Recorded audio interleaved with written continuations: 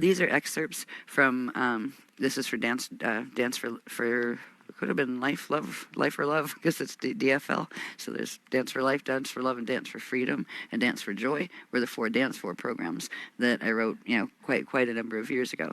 They're part of the Freedom Teachings. Codes of behavior. I'm just going to read this as an excerpt. All right. Each time we start to work with our attitude, we deal with something that affects the physical, something that affects the emotional, and something that affects the mental. So you will always have the physical, emotional, and mental level to bring into harmony with each other. Bringing these into harmonious balance raises our attitude to the next level of consciousness. Attitudes of mastery are concepts the mental body can use to choose, look at, think about, and try to feel what it might be like to look at life that way. The attitudes of mastery are filters you can consciously choose, instead of the ones that are culturally programmed in. Most of the filters we choose to look at the world through are subconscious. That's goat brain stuff. However, we can choose our filters. It may take a while to integrate what the attitudes really mean and the feelings associated with them. Feelings that will heal aspects of the shadow body and the goat brain, and get the mind to a space where it understands that we do not have to get caught in certain reaction patterns. We have a choice in any situation. We can act or we can react. When we react, somebody else or something else is controlling our power. We are just giving a knee-jerk reaction to whatever somebody else decided to create. Remember that your consciousness is the camera and you can change the filters. Beliefs are ideas. Ideas turn into sound patterns of electromagnetic light and sound when they are in the body.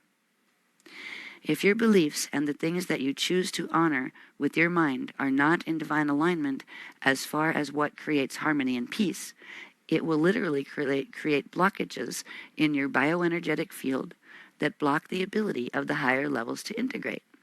And that was from 2000. That was from Egypt, that set. That was that was my first away trip ever. It was like February of 2000. And it was really funny. I went to Egypt and I'd never been out of the country before. So it was like, oh boy, that was scary. Yeah, it was cool though.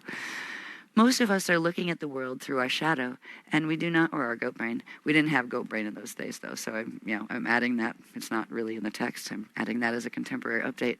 Most of us are looking at the world through our shadow, and we do not even know that is happening.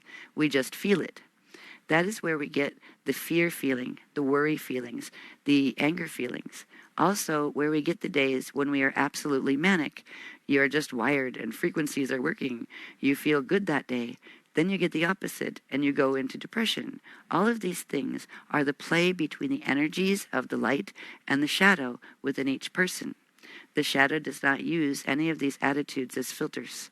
It uses fear, lack, and feels it has to take in order to survive, because it is afraid of not surviving at the core of its being. If we can learn to choose action and choose our filters and realize we had the choice in the first place, we can choose the 12 attitudes of mastery. This is where it begins. And that part was from the Dance For programs. So I'm just touching base with some of the things that the Guardians have taught us already in regard to the 12 attitudes and 12 responsibilities of mastery. Next one, please. This is another excerpt from